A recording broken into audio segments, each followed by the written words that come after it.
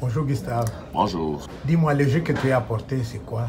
Le jeu Génie Lumumba, jeu de société, qui se joue sur la carte du Congo. Avec quel objectif? Connaître le Congo afin de l'aimer et de le protéger. Et quels sont les éléments constitutifs du jeu? Il y a une carte du Congo entourée de ses 9 voisins, 62 villes qui sont présentées dans le jeu. Il y a les routes fluviales, maritimes et aussi il y a les voies ferrées, il y a les routes asphaltées et les routes non asphaltées. Vous avez une monnaie du jeu avec les effigies de nos héros. Nous avons aussi une monnaie DGI pour présenter les paiements de l'impôt. Nous avons des pions sur les 62 villes. Chaque ville a un pion de jeu avec des minéraux que l'on trouve et aussi les différentes nourritures emblématiques qui se mangent en République démocratique du Congo. Il est joué par combien de joueurs? Joué par 4 joueurs. Et chacun a une entrée ou bien ils entrent au même endroit? Non, il y a 4 entrées. Il y a une entrée au nord, au sud, à l'est et à l'ouest du pays. Je vois que tu as un dé. Il sert à quoi le dé? Il sert à se déplacer de l'entrée vers le centre du jeu qui est Lumumba-Ville. J'ai vu qu'il y a des étapes dans ce jeu. Il y en a combien au total? Il y a 3 étapes. Et la première étape, semble-t-il, est la plus facile. La plus facile. Tout le monde peut jouer, oui. Même à partir de quel âge? 7-8 ans. Dites-nous en quoi consiste cette première étape. La première étape permet aux jeunes enfants qui savent à peine lire d'utiliser les 62 pions qui représentent 62 villes et retrouver rapidement les villes. Ils vont se distribuer à part égale et on va voir la personne ou le joueur qui va retrouver toutes les villes rapidement. Très bien. Et celui qui a retrouvé toutes les villes, il a gagné. Il a gagné. Celui qui retrouve le premier a gagné. La deuxième étape, c'est la phase qu'on appelle investissement. Le joueur se place dans les 4 points de départ et ils vont faire la chasse aux minéraux. Chacun va pouvoir aller avec les dés de 6 chiffres, va se promener à travers les différentes routes qu'il y a et au passage, le joueur va pouvoir récolter tous les minéraux qu'il trouve à son passage. Ce qui veut dire qu'à un certain stade du jeu, un joueur est peut-être plus riche que les autres. Absolument. Celui qui ramasse plus de minéraux, c'est le plus grand investisseur, donc il a plus ramassé de minéraux. Et comment il va faire avec ce qu'il a gagné? Pendant qu'il y ramasse les minéraux, il va payer l'impôt.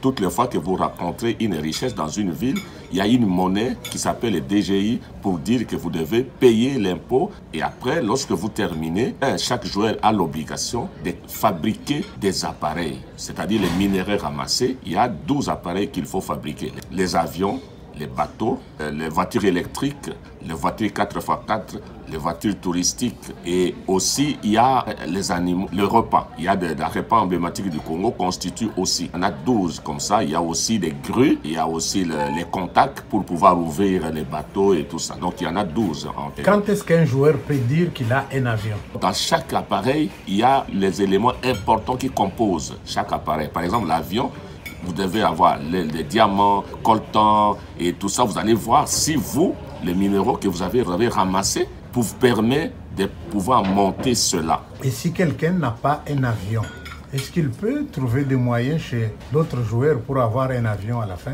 Oui, là, ça sera dans la phase touristique. Là, ils vont se promener à travers les pays. Oui. Oui, à ce moment-là, pour vous déplacer d'une ville à une autre, vous devez utiliser un appareil correspondant. Dans les fleuves, vous utilisez les bateaux.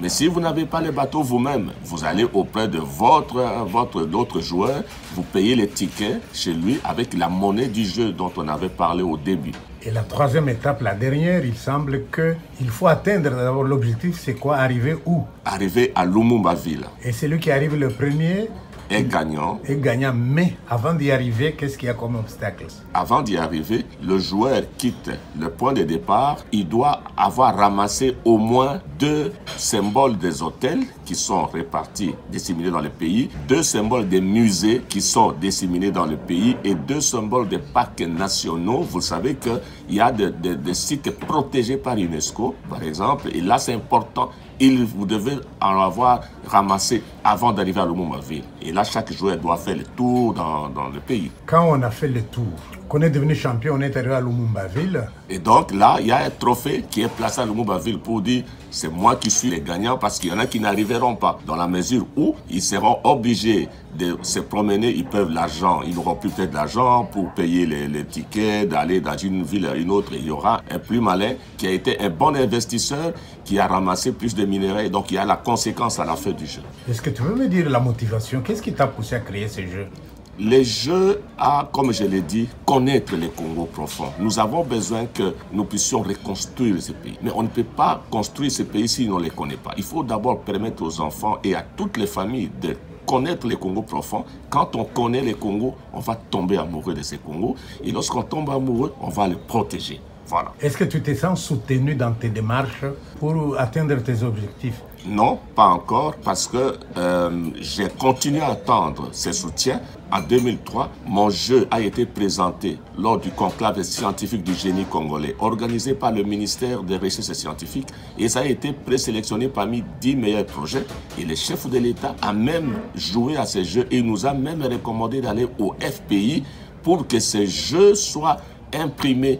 Mais depuis lors, on a écrit, on a fait beaucoup de démarches auprès de la FPI, mais jusqu'alors, on n'a pas encore eu de suite. Mais vous gardez quand même l'espoir. Ah, mais bien sûr, nous sommes simplement là. Pourquoi nous continuons à garder l'espoir? Parce que plus que jamais, le contexte actuel où on parle de la nouvelle citoyenneté, là où on parle d'aimer le Congo, du patriotisme, il n'y a pas mieux que ces jeux qui fait la culture du patriotisme de nos enfants congolais. Quel est ton mot de la fin, Gustave? Je souhaite que tous ceux qui nous écoutent, que ce soit les autorités et toute autre personne, que les personnes s'engagent parce que ces jeux puissent arriver à destination, non seulement auprès de nos enfants qui sont en République démocratique du Congo, mais qui sont dans la diaspora, des enfants qui ont besoin de connaître ce pays dont on parle tant. Mais comment vous contacter alors? On peut toujours me contacter par mon téléphone, le 0033 753 84 07 63, ou visiter encore notre site web www.eregel-ludo.org. Je vous remercie, Gustave. Merci bien. Merci.